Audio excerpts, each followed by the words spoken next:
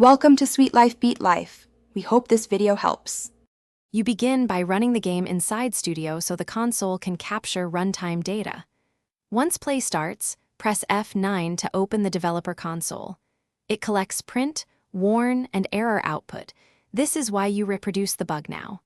Make sure command bar and output are visible for quick code runs and immediate feedback. Use print statements or temporary logging inside the offending script, so you can trace execution flow and see where values diverge from expectations. Once you have logs, filter them to focus on warnings and errors. This reduces noise and points to the failing code path.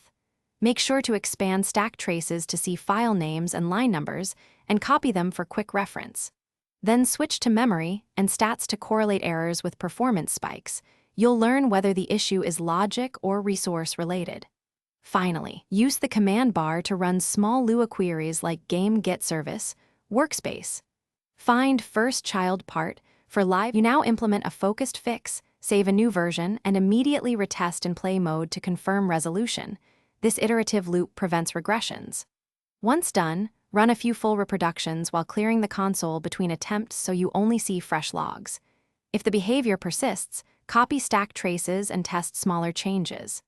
If the console fails to open, make sure you're in play mode, check Studio keybind settings, or fall back to the command bar to run diagnostic Lua commands.